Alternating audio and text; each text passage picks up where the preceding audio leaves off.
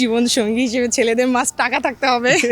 এমনিতে কি কখন আমরা গিয়ে বলি বাবা আই লাভ ইউ, থাপ্পড় দিবে গেলার মধ্যে আসছিস মজা করার জন্য? ভালোবাসা মানে ফ্যামিলিকে সময় দেয়, ভালোবাসা মানে বাবাকে মাকে ভালোবাসা। দেখেন এক্স্যাক্টলি হচ্ছে আপনি কি আপনার বাবা মাকে কখনো বলতে পারছেন এরকমভাবে বাবা আই লাভ ইউ, মা আই লাভ ইউ বলা সম্ভব? এটা নিজে থেকে অটো চলে আসে। আমরা দেখবেন যে সবসময় ম্যাক্সিমাম টাইম আমরা কখন কান্না করি বাবা মা মারা গেলে। আমরা বলি এত ভালোবাসতাম অত ভালোবাসতাম। এমনিতে কি কখন আমরা গিয়ে বলি বাবা আই লাভ ইউ, থাপ্পড় দিবে গেলার মধ্যে আসছিস মজা করার জন্য? এটা বলবে। তো আমি এটা মনে করি না যে ভালোবাসাটা হচ্ছে যারা 14 ফেব্রুয়ারি পালন করে তারা জাস্ট গার্লফ্রেন্ড বয়ফ্রেন্ডের জন্য পালন করে, আমি যেটা মনে করি। জীবন সঙ্গী হিসেবে কেমন মেয়েছে? জীবন সঙ্গী হিসেবে কেমন মেয়ে চাই? এই তো নর্মাল, একদম পশ টাইপের না। পশ টাইপের তো আমি নিজে তুলতে পারবো না, ওর কি চালাবো? জীবন সঙ্গী হিসেবে ছেলেদের মাস্ট টাকা থাকতে হবে।